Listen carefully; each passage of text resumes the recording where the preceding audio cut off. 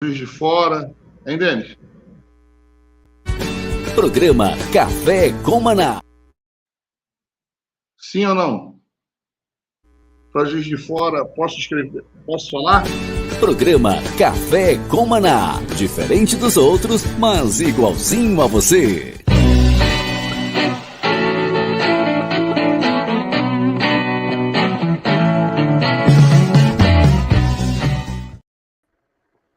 Shalom, graça e paz a todos. Obrigado pela sua audiência, obrigado por você estar sintonizado aqui na Rádio Sara Brasil FM, a rádio que apura a unção de Deus.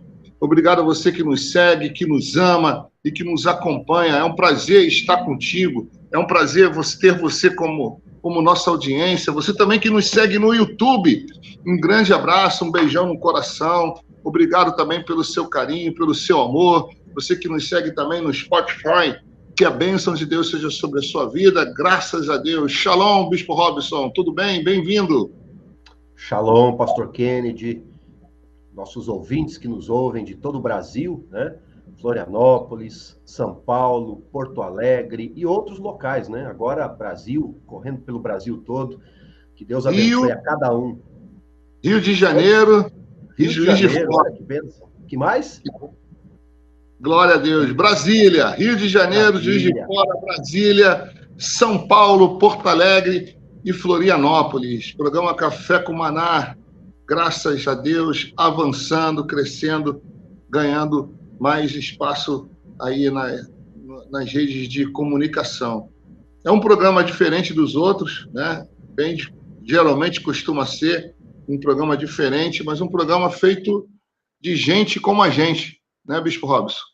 Sim, é verdade. Discutimos diversos assuntos, né, da atualidade, isso que é interessante, né? Falamos de muitas coisas boas e, claro, especialmente da palavra de Deus, valores do reino, né? Falamos sobre diversos assuntos na Bíblia. Muito bom, programa que acrescenta bastante. Verdade. Então vai aqui o nosso abraço a todos os irmãos estão em Porto Alegre, passando por essa situação aí fatídica, né? Uma situação difícil, que só quem está lá mesmo, só quem está em loco pode avaliar, sentir, né? Nós que estamos longe de fora, sofremos. Hoje todo mundo conhece um gaúcho, né? Todo mundo conhece alguém do Rio Grande do Sul. Tem gaúchos espalhados por todos os estados do nosso país. Então, vai aqui nosso carinho, nossas orações, nosso apoio, certo? A todo o pessoal do Rio Grande do Sul. Floripa, um abração a todos os irmãos de Floripa. São Paulo, Deus abençoe São Paulo, que o Senhor seja com você. Os irmãos nos ouvindo agora no Rio de Janeiro, um abraço, minha terra natal, abençoada. Um abraço também para Juiz de Fora e chegando em Brasília. E shalom, Bispo João. Tudo bem? Shalom, salve a todos. Bem-vindo. Robson, Bispo Kennedy, ouvintes em todo o Brasil. Estamos aí. Também, iniciando mais um programa. E vamos lá, gente. É o seguinte, a cada dia, um de nós, somos em 5, daqui a pouco os outros 2 chegam, né? Dois de São Paulo, um de Porto Alegre, um do Paraná, eu hoje, atualmente, em Santa Catarina. E vamos, então, o tema de hoje é da escolha do Bispo João, né? Os Red and Blues.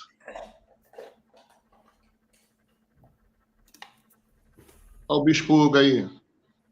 Legal, Bispo Hugo. Bem-vindo. Bom dia, bom dia, bom dia. Opa, Deus abençoe aí o Kennedy, o Robson, o João. Deus abençoe os ouvintes que estão conectados com a gente.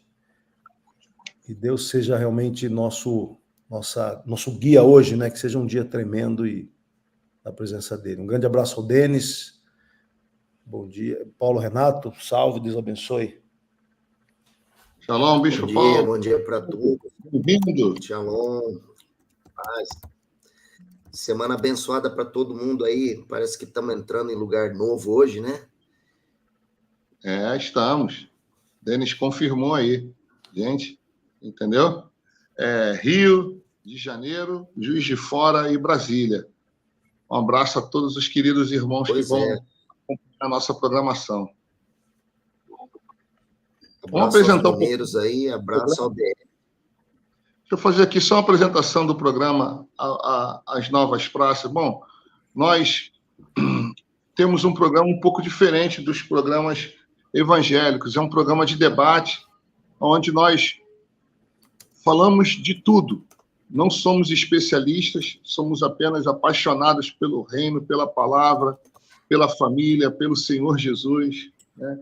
E debatemos aqui assuntos atuais, assuntos bíblicos, contemporâneos, apocalípticos, políticos, econômicos, guerras, né? E tudo isso que nós conversamos e debatemos é à luz da palavra, debatemos à luz da palavra do nosso Deus, colocando cada um aqui as nossas opiniões. Lembrando que as nossas opiniões não necessariamente é a opinião da emissora, né? Cada um é responsável pela sua opinião.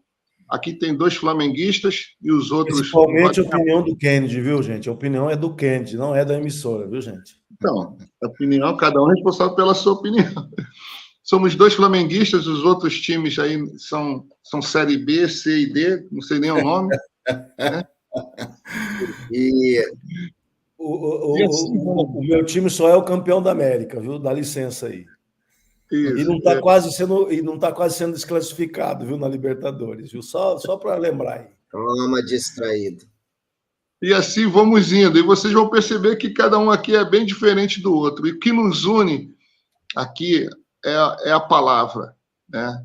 Às vezes divergimos, mas, como o Bispo João fala, né, naquilo que é essencial, somos unidos. O que não é essencial, como é que é, Bispo, essa frase? Aí você já inicia, Bispo João. Rapaz, como é que é mesmo? É essencial, temos unido. Isso, no essencial, unidade. No não essencial, isso para a doutrina, né? Doutrina cristã. No essencial, unidade. No não essencial, liberdade. E em tudo mais, caridade. É uma frase famosa, né, da época em que as pessoas se matavam por causa das diferenças doutrinárias no cristianismo. E em que a Europa entrou em pé de guerra, né, porque uns eram protestantes, outros eram católicos, uns eram anabatistas, outros eram presbiterianos, uns arminianos, outros calvinistas, e assim por diante. Aí surgiu essa frase, né, para que existem diferenças que existem entre nós que não vale a pena se matar. Então, no essencial, então aqui a gente, por enquanto, não se mata, graças a Deus. Fala, Ken. Não, Bispo, eu ia falar, foi assim nessa época, mas hoje vivemos uma época parecida hoje. Só que exato, né? Esse é o tema, né, nosso tema de hoje. Eu escolhi esse tema porque eu estava lendo um artigo no Wall Street Journal, né, que é do Bill Maher, que é um sujeito que tem um programa na HBO, né, na HBO, que aquele chama Real Time. Não sei se você já viram o Bill Maher, né? Um cara assim super liberal, anticonservador, né?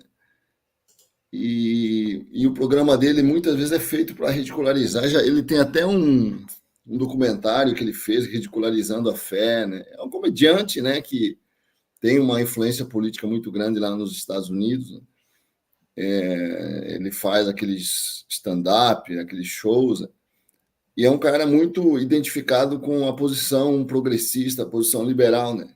E ele escreveu um artigo, eu achei interessante ele escrever, né, falando que não dá mais para a relação entre os republicanos e os democratas e liberais e conservadores nos Estados Unidos continuar como está. Eles têm que aprender uma forma de conviver, porque está ficando uma coisa insuportável e assim, a nação não vai aguentar, é o tema do artigo dele. Inclusive, aí ele cita uma informação que eu não tinha, né, que já existem pesquisas mostrando que alguns estados dos Estados Unidos, né, a população já tem quase um número considerável da população, né, representativo, de que quer se separar, né? Os estados conservadores, os red states, né, querem se separar dos estados progressistas, né? Por exemplo, o Texas não quer nada, não quer saber nada da Califórnia e assim por diante, né? Existe agora um movimento separatista nos Estados Unidos. Isso não é uma realidade exclusiva americana, né? Não é uma realidade exclusiva dos Estados Unidos. Nós vivemos aqui também um nível de polarização e de tribalização fora do comum, né? Hoje, essa questão do progressismo e do conservadorismo, né? Direita e esquerda, enfim, posições divergentes, colocam as pessoas no nível de segregação, né? Como nunca aconteceu antes, né? E eu gostaria que nós conversássemos um pouco sobre isso, né? Como é que a primeira eu queria que nós abordássemos como é que a igreja tem que se posicionar, nós cristãos, qual é o nosso papel. Nós temos ajudado essa polarização, nós temos ajudado a amenizar, porque isso vai quebrar o país, vai quebrar a nação. É natural que hajam posições políticas divergentes, né? A igreja, por exemplo, é predominantemente conservadora no Brasil. Não é assim no mundo todo, mas no Brasil ela é predominantemente conservadora. Mas o fato de nós termos uma posição de defesa de alguns valores que são fundamentais, né, como a família, o casamento, a liberdade de discurso da fé, para defender os valores da palavra de Deus, esse fato que é contrário à boa parte da esquerda, né, que acredita e do movimento progressista, que acredita que não é assim, né, que não deve ser dessa forma a defesa desses valores e tal, e que cria um conflito de pensamento, um conflito de valores e de defesa de valores. A questão como é que a igreja tem que lidar com isso para não gerar, né? Como é que nós podemos divergir, pensar diferente, mas ainda manter nós, como igreja, o nosso papel de pacificadores, né? Porque a Bíblia diz, bem-aventurados os pacificadores, para nós não agravarmos mais ainda essa doença, né, que se tornou a polarização no Brasil. Eu queria que vocês falassem um pouco sobre isso, abordassem esse tema à luz dessa missão que a igreja tem, de ser uma lâmpada no meio desse caos, né? O que vocês acham? Vou começar então. Complexo, porque pacificar uma relação em que o outro lado nos ataca claramente, né? Somos atacados hoje como igreja, claramente. Somos atacados em nossos valores, né? Diariamente, perseguidos. Acho que a defesa da igreja ela é a pregação do evangelho. Lógico que a nossa tendência é sempre pacificar, mas por outro lado também a igreja a igreja antes ela era calada. Não vou dizer calada, mas ela não era tão posicionada quanto ela é hoje. E eu acredito que essa tendência da igreja vai aumentar. A igreja ela tomou uma posição, ela está de um lado, né? Ela não aceita hipótese alguma, tanto que nós vemos aí, se alguém aqui de nós levantar qualquer tipo de bandeira, nós aqui mesmo seremos os primeiros a serem atacados, né? até dentro da própria igreja. Então, hoje, dentro da igreja, não há possibilidade de você ter qualquer vínculo com a oposição. Isso é o que eu vejo hoje, no momento político, né? E a igreja tem se posicionado. A igreja hoje tem sido uma voz, né, ela tem sido atalaia, ela está fazendo um papel muito importante, defendendo os seus valores. E isso tende a causar essa polarização. Mais ainda, a pacificação não depende de nós, porque a igreja ela é pacífica por natureza. O problema é que o outro lado sabe já dessa nossa tendência e nos instiga, né, ao ataque, instiga à provocação. São muitos poucos os líderes evangélicos que partem para o combate, que partem para a agressividade, né? São raros. Diria que são 1 ou 2 no máximo, assim, né? A grande maioria dos líderes tem uma voz de pacificar. Só que o povo mesmo não aguenta mais, né? O povo não aguenta, porque agora tudo é muito claro, tudo é muito transparente. Então, a opinião, eu não vejo tanto problema, porque a gente tem que ter essa liberdade de opinar. E essa polarização, ela é céu, terra, trevas, luz, né? Diabo, Deus. Se não existir essa polarização na vida, 2 polos, né? E a pessoa, ela não tem como você ficar em cima de um muro. Ou você está de um lado, ou você está do outro. Hoje é bem assim, né? Não há hoje uma convergência, uma interseção, né, na política, principalmente na política, né? Em que possamos aceitar, olha, esse viés aqui, dessa linha, pode ser aceitável dentro dos nossos valores. Não há, não por causa da nossa posição, mas é porque o outro tomou um posicionamento muito claro de nos atacar e se afastar mais ainda dos nossos valores.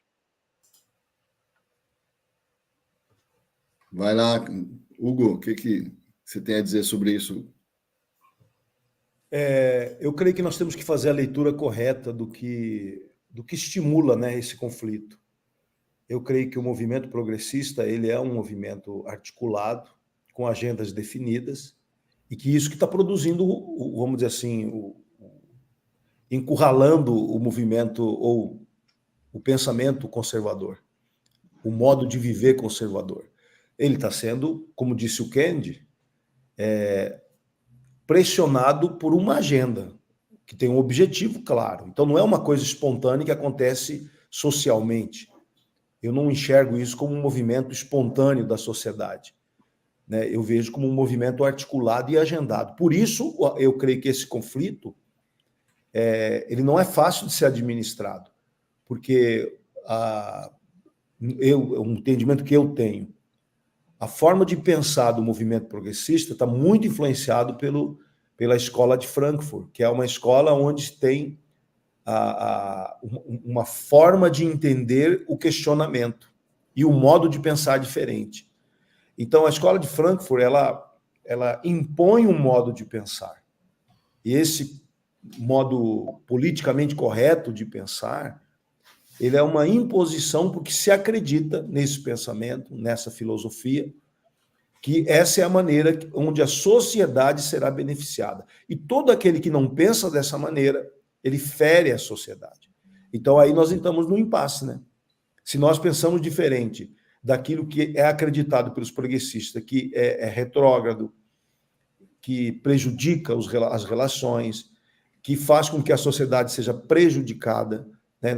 Estou repetindo aqui, estou sendo redundante, mas essa é a questão. Então, concordo com o Kennedy, não é algo fácil, é algo complexo, porque para que houvesse um acordo, nós teríamos que concordar com essa forma de pensar. E aí, como é que a gente vai concordar com a forma de pensar que contrapõe ao que cremos, que é a base da nossa fé, né? A forma bíblica de pensar, a forma bíblica de relacionar com as famílias, a forma bíblica da sociedade viver sem aborto, sem drogas, sem essa permissividade com o crime. Nós entendemos uma outra maneira a sociedade. Então, nós estamos aí não somente agora com pensamentos políticos diferentes, mas estamos agora com uma prática da sociedade muito contraditória.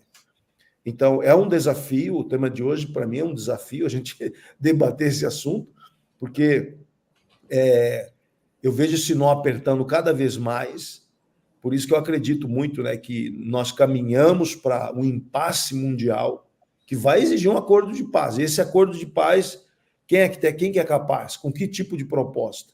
Qual é a proposta que vai trazer paz para a humanidade, né? Então, eu creio que para ter paz, aparentemente, João, somente se uma das partes submeter-se à outra. E quem é que vai submeter? Eu acho que nenhuma das partes, nem o progressista vai querer submeter, e nem nós, conservadores, vamos aceitar submeter essa forma de vida, de pensamento, de organizar a sociedade. Estamos no impasse. O tema de hoje é um impasse. Eu creio que a igreja ela tem que caminhar para pacificar, no sentido de que ela precisa entender, manter sua posição, não abrir mão da posição. Então, eu creio que nós não podemos pacificar essa situação concordando e cedendo. Temos que manter nossa posição na nossa trincheira evangélica, né, conservadora, mas, ao mesmo tempo, sem entrar no jogo da violência, sem entrar no jogo da ofensa pessoal, sem entrar no jogo de menosprezar o outro. Esse que eu acredito que é o papel da igreja. Nunca ceder, mas ter o conflito de maneira sadia. Hoje, com as redes sociais, é um pouco mais complicado, né? Porque as redes sociais é um ambiente que estimula esse tipo de reação mais agressiva, né? Porque é o que dá mais like, né? O que vai dar like são as reações fortes e contundentes, como nós vemos, né? Normalmente o líder mais moderado, o líder mais... a pessoa o influencer que tem uma postura um pouco mais equilibrada, ninguém vê, né? Ninguém quer saber disso, né? As pessoas, o que emociona é a briga, né? Então, isso eu creio que cria um ambiente propício para reações agressivas. Só que isso, as pessoas olham para quando o influencer cristão, que acaba ganhando muitos likes entre os seus adeptos, né? Entre os seus seguidores, os seguidores adoram, então, e que estimula cada vez mais esse tipo de reação. Mas para quem olha assim e pensa, mas esses caras aí não são seguidores de Jesus, esses caras não são seguidores de Cristo, não é estranho que eles estejam gritando na internet, essas coisas todas. Então, o que eu gostaria que nós meditássemos, refletíssemos aqui, né? Se a igreja, o ambiente é de polarização e até um certo... O Kennedy defende o seguinte, a polarização é inevitável. A polarização é inevitável, porque nós temos posições muito diferentes em alguns assuntos, como a estruturação da família, a defesa do casamento, a pureza sexual, né, que são coisas que, obviamente, o mundo hoje não acredita mais e nós continuamos a acreditar e temos razões bem fundadas para continuar acreditando nessas coisas, porque vemos que esse tipo de comportamento, né, esse tipo de vida, estilo de vida é muito mais frutífero, é muito mais produtivo, é muito mais saudável, gera muito mais felicidade, né, do que um estilo de vida promíscuo, do que o estilo de vida que o progressismo propõe, né, que é um liberou geral, né. Mas, à luz da Bíblia, assim, quando, por exemplo, Paulo fala muito sobre isso em Romanos, né, abençoai os que vos perseguem, abençoai e não amaldiçoeis, não vingueis a vós mesmos, né, ele diz, não tornei a ninguém mal por mal, são várias, e Jesus no Sermão do Monte também, né, quando ele fala em dar outra face, ele não está dizendo que você tem que ter uma postura, é óbvio que ele não está dizendo que você tem que ter uma postura passiva diante do mal, mas o Senhor Jesus está falando que nós não podemos nos guiar pelo princípio da retaliação. Acho que esse é o sentido da outra face, não retaliar, mais ou menos, é exatamente o que Paulo fala em Romanos 12, né, para você não devolver com o mal que você recebe. essa posição cristã, que é uma posição difícil, né, humanamente falando, nós tendemos à retaliação. Nós temos visto muito isso na internet, né? E líderes retaliando, devolvendo mal por mal, ofendendo da mesma forma, chamando. E a questão é como é que a gente não cai nessa tentação de ser sarcástico, de ser irônico, de passar aquela coisa cruel, né? Quando nós nos referimos às pessoas que não pensam como nós, né? Eu creio que esse é o desafio da igreja, para a igreja ser um lâmpada nesse momento tão difícil de relacionamento, que familiares hoje não conseguem sentar na mesma mesa, né, por conta do pensamento diferente em relação à política, em relação a valores e tal. O que você acha, Robson?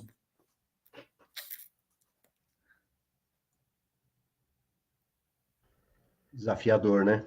O negócio hoje é desafiador. Eu estava vendo aqui um material de antropologia que estuda as relações sociais, e dentro desse material de antropologia, eu vou mostrar uma coisa aqui, que é o etnocentrismo e as culturas. Então, a nossa cultura, ela é cristã. Nós vemos o mundo por uma lente de uma visão cristã, porque é os nossos valores, é o que cremos e tudo mais. Só que existem os contrapontos e eles estão crescendo, é isso que está acontecendo.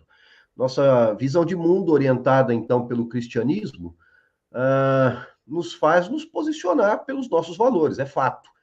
E aí entra o progressismo, que tem outros valores. Aí começam as coisas, é o que a gente acabou de colocar aqui. Mas o que o antropocentrismo, a antropologia, na verdade, fala, né? Olha só, o grupo do eu faz da sua visão a única possível, a melhor, a natural, a superior, a certa. O grupo outro fica nessa lógica como sendo engraçado, absurdo, anormal ou ininteligível. Essa é a questão das relações quando entram nos diálogos, nos conflitos. Quer dizer, um tem uma visão superior em relação ao outro e começa essa situação de humilhação, de ofensas e tudo mais. Nós não podemos cair nesse jogo, nós temos que ter nossas convicções, nós vamos falar a verdade, nós vamos nos posicionar, nós vamos defender o que cremos com fé, com uma disposição e de uma maneira inteligente. Eu acho que quando perde isso e começa essas agressões é que entra para os extremos. O grande problema nessa polarização são os extremos, aonde chega nesse ar de superioridade, ofendendo um ao outro e criando situações assim que a gente vê nas redes sociais, né? Esses exageros, essas gritarias, enfim, que acabam, vamos dizer assim, nos expondo. Eu acho que aí entra um problema. Estamos bem representados quando existem essas discussões? Está sendo falado de uma maneira inteligente, sábia, bíblica, verdadeira, firme? Ou é uma coisa que passou do limite e nos tem mais, né, nos colocado como cristãos mais de uma forma, vamos dizer assim, nós estamos mais expostos do que de fato representados. Mas dar like e falar assim, dessa forma equilibrada. Não, e aí que está o problema, né? Tem que ser aquela essa moderação, coisa essa coisa moderada, gera like? Não, né? Pois e aí que está. E quanto mais vai para o extremo, além de seguidores e tudo mais, gente mais, vamos dizer assim, exaltada, eu fico imaginando, né? Porque passamos por um momento agora, as discussões até familiares foram discussões mais, vamos dizer assim, acerbadas, né? Eu passei por algumas discussões aqui na família, discussões no meio que eu convivo aqui, que o negócio foi meio complicado. Se alguém não fala, ó, vamos parar por aqui, né? O negócio pode tomar proporção até vamos falar a verdade, né? De indiferença um com o outro, de virar as costas e dizer, olha, com você eu não converso mais. Aí que está o problema, né? Quando chega aos extremos. Só para fazer continuar, para ajudar aí no teu raciocínio, nesse artigo que eu li, né? o Bill Maher falou que ele convidou um amigo dele, né? E que soube que tinha um outro cara lá que o Bill Maher tinha convidado para uma festa, ele fez uma festa, e aí o cara falou, não, mas fulano vai, que um era democrata e outro era republicano, né, de pensamento, um era conservador e outro era que eles chamam de liberal lá, né, que é o progressista. E aí o cara falou, não, eu não vou na tua festa. Falou, por quê? Eu não consigo respirar o mesmo ar que fulano. Quer dizer, o cara, porque pensa diferente, não consegue respirar o mesmo ar, né, nessa linha que você está falando aí. A pergunta é, nós podemos receber pessoas que têm um pensamento político, eu vou usar uma das áreas que tem polarização, a principal. Nós conseguimos receber pessoas de um pensamento político diferente do nosso em nossas igrejas? O evangelho pode entrar no coração deles, independente de certas posições diferentes? Sem eles mudarem e continuarem e assumir posição de líder na igreja. Né? A rigor é isso, né? Porque se a questão política não é essencial, por que essa pessoa não pode ser um líder na igreja? Só porque tem uma posição política diferente da nossa, não é? Depende da posição, né, gente? Depende da posição, né? Não, política, por que depende da posição? Porque o cara acha que o Estado... Você acha, então, que a igreja tem que fazer um cadastro político para saber, para você ser líder aqui, você tem que não pode votar no partido tal, é isso? Não, é porque política é alianças, são alianças, né? Políticas são alianças. Todo político tem uma aliança com um partido que tem uma aliança com uma ideologia. Por exemplo, eu não conheço um irmão comunista, até que eu gostaria de conhecer um. Você conhece alguém? Aqui é meu irmão, eu sou comunista. Eu não conheço, ainda não tive esse privilégio de conhecer. Seria muito diferente, né? Porque ele tem alianças. Diferente não é a questão é se ele pode ser líder na igreja. Entendeu? A igreja não pode ter uma limitação política. Se o cara é temente a Deus, ama a Deus, serve a Deus, prega o evangelho, mas ele tem uma posição política diferente da nossa. Queria saber a opinião dos ouvintes também, viu? Vocês que estão aí no YouTube, responda essa pergunta aí, porque essa pergunta é um cheque, né? Fala, para mim não é cheque nenhum. Fala, Robson. Continua, nós estamos interrompendo, não estou deixando o Robson falar. Não. Mas imagina se você, Kennedy, mora na Rússia. Tem comunista ser líder na igreja? Oi? Tem espaço para alguém comunista ser líder na igreja? Vamos pensar o contrário. Se você mora na Rússia ou se você mora na China, por exemplo, onde há uma intervenção maior do Estado, né? Será que não tem irmãos nossos lá que são socialistas, que acreditam sim numa intervenção do Estado, tá? E eu não estou dizendo que isso é certo, tá? Nem estou dizendo que é a minha posição. Eu realmente tenho uma posição diferente dessa, tá? Eu não acredito que a intervenção do Estado, do jeito que se propõe, né, na China, na Rússia, é o melhor método, né, a melhor maneira política de liderança numa nação. Não acredito nisso. Mas pode ter pessoas que acreditam, que esperam assim, que gostam disso e tudo mais, mas tem valores cristãos, crê em Jesus, ama o próximo, defende a família, só que em certas questões ele tem uma posição. Tá? Agora, quando vai contra a família, e tem valores progressistas que vão contra a família, aí sim eu sou realmente, eu me posiciono e digo o seguinte, não, isso não, né? Porque isso vai contra princípios bíblicos, valores cristãos, valores que Cristo definiu e deixou muito claro. Então, aí valores muito claros não se discute, tá? Agora, por isso que eu falei, né? O viés político, quer dizer, uma área dessa polarização. Não é a polarização é maior do que isso, tá? E temos realmente visões de mundos diferentes. E os progressistas têm no mundo visões, né, diferentes. E eu quero te falar que mesmo direita e esquerda tem progressistas dentro esses dois extremos têm progressistas. Então é um negócio complicado, que adotam valores diferentes do cristianismo. Fala, Paulo Renato. Volta aí, Paulo. Volta no Candy.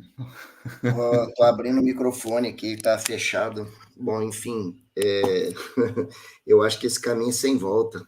Deitem e durmam. Não tem volta esse caminho. Polarização não é uma construção, uma consequência. É a consequência do quê? Consequência do fato que o conservador cristão, ele dormiu. Ele dormiu em cima da sua própria tranquilidade. O Chesterton, pensador, né, o pai do conservadorismo, o Chesterton, ele dizia o seguinte: a coisa mais extraordinária do mundo é um homem comum, uma mulher comum e os seus filhos comuns. Qual que é a preocupação do conservador? É viver a vida. Ele quer trabalhar, botar comida na mesa, quer pôr um telhado em cima da cabeça da família, quer um carrinho para andar, para poder fazer uma viagem com a família, no Pesque Pague, passar um lazer, ele quer ir no shopping, levar os meninos para comer um fast food lá, um podrão, ele quer trabalhar, né, pagar a sua conta, chegar em casa, botar o chinelo, sentar na poltrona. É isso que o conservador quer, não quer confusão com ninguém, ele quer pegar a família no final de semana e ir para a igreja, louvar a Deus, escutar uma mensagem que vai motivar a próxima semana dele. Mas enquanto o conservador vivia isso, o progressista, comunista, socialista, sei lá o que mais, ele elaborava um plano, um projeto de poder para dominar tudo, mesmo que eles fossem minoria. E isso foi acontecendo. As universidades começaram a ser tomadas, as instituições começaram a ser tomadas, os poderes começaram a ser tomados, e, de repente, o conservador acordou que as liberdades dele estavam começando a ser restritas, e que ele estava pagando um imposto excessivo e um Estado ficando cada vez mais gordo, não devolvendo nada daquilo que comia, e querendo cada vez comer mais, com a fome voraz. E, de repente, ele já não podia mais falar muita coisa, porque se ele falasse, ele podia ser preso, ele podia ser torturado, ele podia ser morto. E, por conta disso, ele começou a perceber que até a fé dele, de alguma forma, estava começando a ser restringida. Aí, então, de repente, o conservador começou a acordar. Ele não tinha mais apenas uma representatividade política mínima de um ou outro parlamentar que fazia um discurso inflamado e ninguém ouvia. Agora ele começou a ir para a rua e começou a reclamar também, porque aí já não se tornou mais uma questão do que se pensa ou do que se deixa de pensar, mas se tornou uma questão até mesmo de sobrevivência, ou então até mesmo de liberdade. E aí, então, a gente tem isso que a gente está falando aqui hoje. Nós temos um negócio que é rotulado como polarização. Eu já vou chamar de reação, porque o negócio passou do limite de tal forma que não tem mais como ficar calado assistindo tudo. E a ânsia pelo poder, do progressismo, do controle total e do domínio, a base totalitarista, está cada dia maior, está cada dia mais forte. Aqui eu acho que o único que sabe disso de verdade, tirando o Bispo João aí, que, né, atua no campo do direito, eu atuei no campo da política, 16 anos, eu estive lá dentro. E eu sei como é que funciona o sistema. O sistema está indo para dominar mesmo, o sistema não está nem aí para o povo. Estou falando porque eu estive lá, né? O sistema não está nem aí para o povo, não. O sistema quer se fazer, ele quer se prevalecer. Isso aqui eu quero deixar bem claro que é minha opinião, não é a opinião do programa, não é a opinião da rádio, não é a opinião de vocês, é a minha. É minha visão de mundo, cortina aberta. Eu percebo assim que, infelizmente, o romance acabou, não tem mais romance. Agora, o papel da igreja é pregar o evangelho o evangelho da cruz, o evangelho que liberta o homem do pecado, né? Que fortalece o homem a viver uma vida santa. E vida santa é aquela que é proposta pela palavra de Deus, é a vida de Deus, da qual a gente é muito pequeno para conseguir se aproximar em plenitude. Mas, enfim, nós temos que cada dia buscar mais nos assemelhar ao nosso Senhor Jesus Cristo. Para mim, ele é a balança perfeita. Toda polarização morre em Cristo. Não tem polarização em Cristo. Cristo é o ponto em comum, Cristo é o centro, né? Se a gente tem um foco, Cristo é o foco. E todo que converge a Cristo, independentemente de esquerda ou de direita, vai viver a vida perfeita, a vida plena, porque em Cristo tem a perfeição. E o conservador, ele ama Cristo, ele quer Deus, ele procura viver de uma forma piedosa. Não vai acertar todas, com certeza, mas ele está próximo, está mais próximo. Agora, quando a palavra entra no coração do homem, pode ser de esquerda, pode ser de direita, pode ser conservador, progressista, a palavra transforma. Então, para mim, o papel da igreja é pregar o evangelho, mesmo no meio desse tumulto todo, independentemente até daquilo que a gente pensa, né? Nessa hora a gente precisa ser muito sábio para não deixar o coração conduzir as coisas, porque o coração nosso é enganoso, é desesperadamente corrupto. Então, a pregação do evangelho, para mim, é a solução para o esquerdista, para o direitista, para o conservador e para o progressista. Só Jesus Cristo salva, principalmente nessa época. O Bispo Hugo falou algumas vezes, Bispo João, sobre preparar essa nova geração, né? Porque aí nós que viemos, somos um pouco mais antigos, né? Sabemos nos defender, sabemos levantar um escudo, né, em relação a isso. Mas o irmão muitas vezes falou sobre isso, lembra? Temos que preparar, esclarecer. Isso não é aumentar a polarização, é simplesmente defender a nossa posição. As nossas posições precisam ser defendidas. São muros, são inabaláveis, né? São nossos conceitos, nossa visão de família, de igreja, de casa, de masculinidade, de ser homem, de ser mulher, a biologia. O irmão fala muitas vezes sobre isso. Eu concordo, apesar dele ser fluminense, eu concordo com ele nesse tema. Mas a questão é, assim, nós temos, o Hugo falou num impasse, né? Eu estava ouvindo o Paulo Renato e estava pensando assim, né? Há uma necessidade que nós temos de ter um comportamento que não seja violento, agressivo, né? Ofensivo, né? Aquela postura que é tentadora, né? É uma postura tentadora, principalmente no ambiente da internet, em que o debate é virtual, você não vê o outro, você não olha no olho do outro, você não vê a reação do outro, então é fácil você se exceder, né, e usar expressões agressivas e descuidadas, né? E agora nós temos o desafio de a questão não é tanto as nossas diferenças, né? A questão que eu gostaria de levantar não é tanto que a gente pensa diferente, porque isso é óbvio, né? Essa é uma característica central das sociedades modernas, né? As sociedades modernas são pessoas que convivem de uma forma, pensando muito diferente. Esse é o grande desafio das sociedades de hoje, né? São pessoas que estão compartilhando o mesmo espaço de convivência, mas pensando brutalmente diferente. Eu acho que é algo, é um cenário novo, porque antigamente o paradigma cristão servia para unir a todos, ainda que aqueles que discordavam aceitavam, né, esse paradigma como regulador da vida, né? Mesmo os que não eram cristãos, de uma certa forma, viviam num sistema cristão como regulador da vida. Quando isso se quebra, e você tem hoje esse cenário que nós temos, né, nós temos um desafio titânico, né, de como é que a gente vai conviver, então, né, sem ser ingênuo, como o Paulo Renato defendeu, né, que nós demoramos demais para perceber que nossos valores estavam sendo minados, destruídos. Quando nós acordamos, estava tudo dominado. A universidade, a cultura, especialmente o cinema, né, que é um violento mecanismo.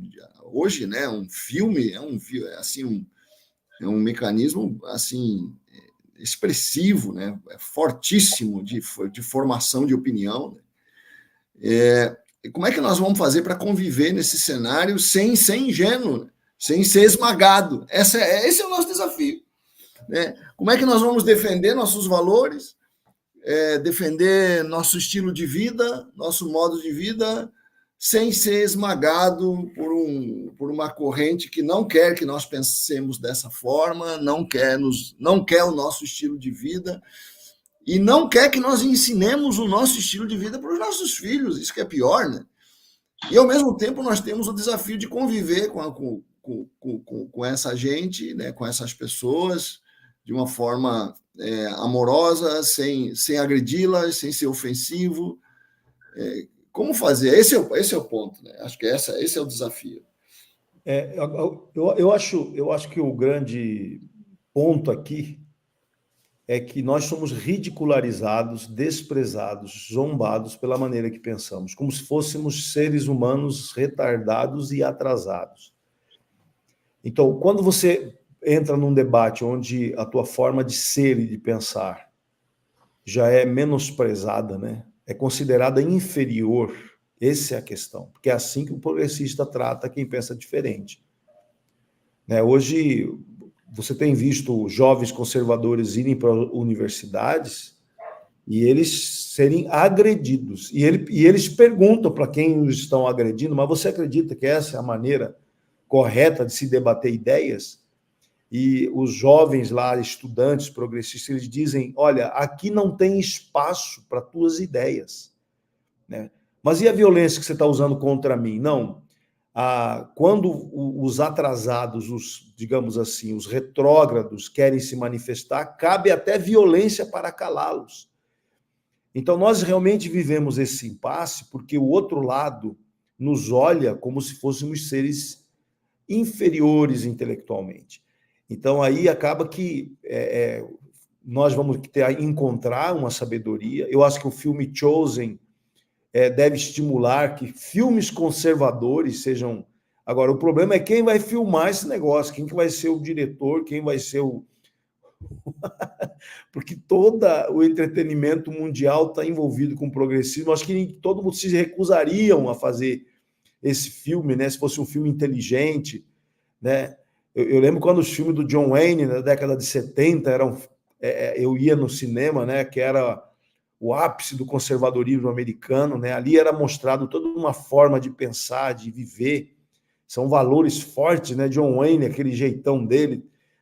Acho que tem gente aqui que nunca nem ouviu falar de John Wayne, mas eram filmes... Só o Robinson que não ouviu falar de John Wayne aqui. Eram filmes que defendiam os valores conservadores, né? Da forma americana de ser. Né? E os filmes europeus já eram... Era uma época que o americano tinha orgulho de ser americano, né? Hoje ele tem vergonha de ser. É incrível isso, né? O anti-americanismo entrou no coração da América. Como é que pode isso?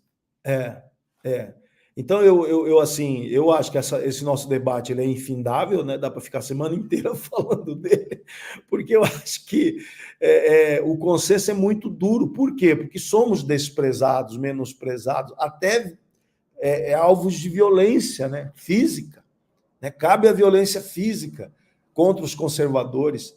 Então, o progressista ele não está disposto. Agora, o que a igreja pode fazer?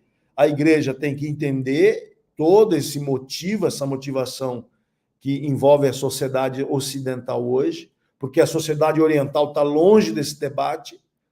O oriental ele está envolvido com o islamismo, com o ateísmo lá chinês, que não tem nada a ver, não é progressista no sentido de moral, né? Nem o russo, nem muito menos os movimentos socialistas lá da Coreia do Norte, Cuba, são conservadores assim nos costumes, né? E aí o islamismo, né, que está forte no mundo inteiro, que não tem nada de progressista, bem muito conservador até nos costumes. Então nós vemos hoje no mundo ocidental essa guerra. E aí eu creio que nós temos que equipar nossos líderes para serem apologetas das nossas crenças, da nossa prática de vida e vivendo cada dia, administrando os conflitos da melhor maneira possível e procurando a paz. Mas eu acho que essa paz é complicada. Até porque isso não fica apenas no campo da política, né? Está na cultura, está na educação. Não, o centro, a gente não dá para aprofundar isso aqui, né? Mas o centro da discórdia é a nossa ética sexual, todo mundo sabe disso. Né? O centro da discórdia é a ética sexual cristã, que nós cremos numa família, né? Baseada no casamento, na figura do pai, da mãe, né? Na relação monogâmica entre um homem e uma mulher. Né? Esse é o centro da discórdia. Né? Se nós entendermos, nós tivermos, né, perceber que o centro do problema do ataque ao nosso estilo de vida está aí, né? É daí que surgem todas. Se você parar para pensar, o problema não é que a gente acredita em Deus, que a gente acredita na misericórdia, que a gente quer adorar a Deus, que a gente quer servir a Jesus Cristo. O problema é a ética sexual cristã, né? É o pomo da discórdia, né? É aí, porque nós cremos no estilo de vida que o mundo não aceita, né? E eles veem essa posição nossa, né, como fundamentalista, preconceituosa, discriminatória, e nós queremos apenas viver a nossa vida, né? Não queremos nos meter na vida de ninguém, não queremos apenas viver a nossa vida e ensinar os nossos filhos, ensinar o nosso povo um estilo de vida que nós provamos que é tremendamente benéfico para a vida, né? Para a saúde, para a alma, né? Agora... Bispo, só um comentário dentro disso que você vai falar, até porque amanhã eu quero trazer esse tema na área da masturbação masculina, da ética sexual. Ontem eu conversava com alguns homens, né? Olha só que interessante. Olha a influência do programa, gente. Eu gostaria de vocês perceberem. Conversando com alguns homens, aí eu falei assim, quero fazer uma reunião que eram 8 homens. Eu falei assim, ó, meu nome é Kennedy Prado, eu sou homem e eu ainda não aprendi a ser um bom marido. Comecei assim a reunião. Aí um falou assim, meu nome é tal, tenho tal idade, estou há 7 anos na igreja e há 8 meses parei de me masturbar. Então eu sou convertido, homem casado, há 8 meses. Nossa, foi algo assim, foi um choque, né? Foi uma espada na cabeça dos homens ali. E aí, a partir desse testemunho, outros homens começaram a falarem das suas fraquezas. E até vou fazer uma reunião de homens mensal em cima disso, parecendo até alcoólatras anônimos, assim, falando das suas debilidades, né, fraquezas. Mas o que motivou ele a mudar e a transformar, o que mudou a sua mentalidade, transformou o seu comportamento, foi o programa. O programa ajudou muito, sabia? Quando nós falamos aqui assuntos como esse, né, que eu quero trazer amanhã, dentro dessa ética sexual. E ele falou assim, eu era promíscuo desde a minha adolescência, né, incentivado pelos meus pais. E hoje, me tornar apenas um homem de uma só mulher, para mim é uma grande vitória, e eu estou vivendo a melhor fase da minha vida. Ele falou, a melhor fase da minha vida. E não é por força, foi pelo entendimento, quando eu vi vocês falarem um pouco sobre a ética sexual masculina do homem. Ele pegou aquilo para ele e falou, eu quero isso para a minha vida também. Né? E eu fiquei assim maravilhado, porque nem eu imaginava o quanto isso pode influenciar. E tomara que hoje e os outros programas sigam nessa linha também de influenciar e de abençoar, tá? Sei que estamos chegando ao final do programa, mas só dentro desse tópico aí, bispo, eu vou estender ele para amanhã, tá? A ética sexual, mas falar um pouco da masturbação de homens casados, como as mulheres lidam com isso, como as mulheres podem ajudar seus maridos, como os homens podem vencer. Isso já começa na infância, né? No menino, começa ali com 8, 7 anos, e vai indo, os pais não percebem, os pais não veem, né? Os pais não descobrem o que está acontecendo dentro do banheiro de uma criança, de um adolescente, de um homem, as mulheres também não. Então, amanhã a gente vai entrar nesse tópico aí, é um outro campo minado, tá? Casamento, vida sexual e ética sexual.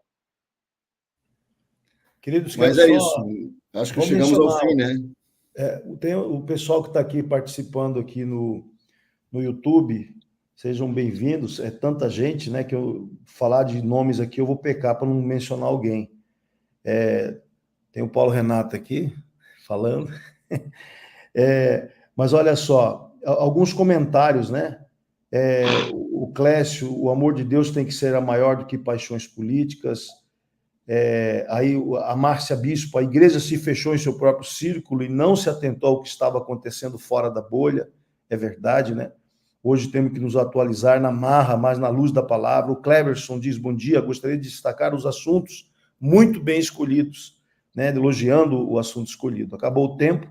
A Márcia, a Mary também, Emiliano fez um comentário, a pastora Cláudia também faz um comentário, mas devido ao tempo que acaba o tempo aqui na rádio, que Deus abençoe, que Deus agracie a todos aí. E amanhã divulgue o nosso programa, gente, tá? Amanhã vai ser um bom tema, como hoje também, um bom programa para você que está aqui ainda no YouTube, repassar para os seus discípulos, né, na área política, né, para os jovens, né, e amanhã também vai ser um bom tema para falar casais, famílias, homens, tá? Divulgue aí a nossa programação, divulgue o nosso programa, o nosso canal. Um abraço, olha, se inscrevam no nosso programa no YouTube, por favor, se inscreva em Café com Maná, entra lá, Café com Maná, se inscreva, dê sua opinião, e um grande abraço você que está na rádio, nós vamos ficar um pouco no YouTube aí, um grande abraço, Denis. Olha aqui o Kleber. Programa Café com Maná, diferente dos outros, mas igualzinho a você. Lopes, ele escreveu assim, amanhã estarei na programação e vou reforçar as orientações do grupo de jovens que estou cuidando. Obrigado, viu, Cleberson? Deus abençoe. Depois coloca o nome da sua igreja, a sua cidade aí para nós, tá? Tá bom? Muito legal, tá vendo? Então, vamos divulguem sim. Obrigado a todos. Amém, queridos? Muito bom tema hoje também, né? Só que é difícil esse tema, hein, bicho? Difícil, ele é desafiador, né? Porque a gente... Olha, para mim, isso é o motivo de oração praticamente diária, né? Como preparar a igreja para os dias que vivemos, né? Dias desafiadores. Se não são os últimos dias, são parentes dos últimos dias, que são muito parecidos. Meu Pai do céu. Cara, esse dia eu estava ouvindo um debate entre um pastor que defende que a homossexualidade é possível na igreja e um pastor que defende que a homossexualidade não é possível na igreja. Aí, os dois ali conseguiram debater, sabe? Sem ofender um ao outro. Teve uma hora ali que ficou um pouco difícil, né? Mas eu achei interessante essa possibilidade de dois conversarem sobre um tema tão difícil, né? Tão difícil. Brasileiros? Ou americanos? Não, é naquele programa Unbelievable, né? Que é um programa inglês. Eram dois pastores ingleses, dois pastores da Inglaterra. Eu acho que é muito interessante isso, né, cara? Você conseguir conversar. É difícil, né? Esse é um tema muito difícil, conversar com alguém sem o outro te atacar, né? Aqui no Brasil tem esses debates, viu, João? Está tendo muitos esses debates. Né? Pastores conhecidos, gente bem bombada nas redes. Mas eu nunca vi um de alto nível, assim, né? Onde é que você viu esse? Você vê no TikTok, principalmente no TikTok, né? Tem debates muito interessantes, equilibrados, moderados, sem ofensa. Tem um pastor chamado, acho que César, né? César com S. Ele faz debates desse nível. Esse dia eu vi o Godin e eu acho que ele debatendo, alto nível o debate deles. O Godin defendendo a posição essa que você falou aí do homossexualismo e ele contrapondo, né? Mas com muita educação, com muito respeito mútuo. Porque é um tema que hoje está... É um tema que divide bastante a igreja, né? E você encontrar duas pessoas que consigam conversar sobre esse tema sem ofensa, né? Sem um atacar o outro, sem um diminuir a posição do outro, é muito importante, né, cara? Porque a gente só consegue hoje... É difícil você ver como as pessoas não estão frente a frente, não estão debatendo, mas estão atacando. O que muito a gente vê é um atacar a posição do outro, né? E aí faz aquela coisa do homem de palha, né? Ele pega as partes mais frágeis do argumento do outro e ataca, né? Como se o outro só pensasse aquilo, né? Não contextualiza frases e tal, né? Então, eu acho que nós temos esse desafio, né? De trazer Márcia. Eu acho que o tema era sobre isso, né? Como nós podemos conversar sobre questões delicadas sem nos atacar uns aos outros, né? A gente só vai saber mesmo quando tiver alguém aqui bem oposto a nós, né? Tomara que um dia a gente consiga trazer alguém que fale das suas opiniões aqui para a gente discutir e conversar, né? Sabe, isso é possível, né? Eu acho, por exemplo, né, quando o João fala do debate, né, a pessoa precisa gostar, né? Eu, por exemplo, eu sou avesso a isso. Eu não gosto muito desse tipo de ambiente. Eu não me sinto muito bem. Não sou a pessoa mais qualificada para entrar num debate desse. Pela minha forma de ser, né? Tem que ser alguém preparado, né? Emocionalmente, intelectualmente. Tem que ser preparado para poder enfrentar essa situação, porque não é uma situação muito fácil, né? Não é. Uma vez eu consegui levar um senador do PT, Paulo Paim, no programa. O irmão conversou com ele, foi muito bom. Lembra? Eu sei que faz tempo, mas foi muito bom. Ele é uma pessoa super educada, né? Oi? O Olívio Dutra também, né? Foi. O Olívio Dutra também. O Olívio Dutra, até acabei gostando dele, da figura, da pessoa dele, né? Assim, pessoalmente, nada como pessoa, né? Eles foram ali, foi um ambiente, eles respeitaram o nosso ambiente. Acho que, às vezes, dependendo da pessoa, Bispo Hugo, né? Dá para conversar, entendeu?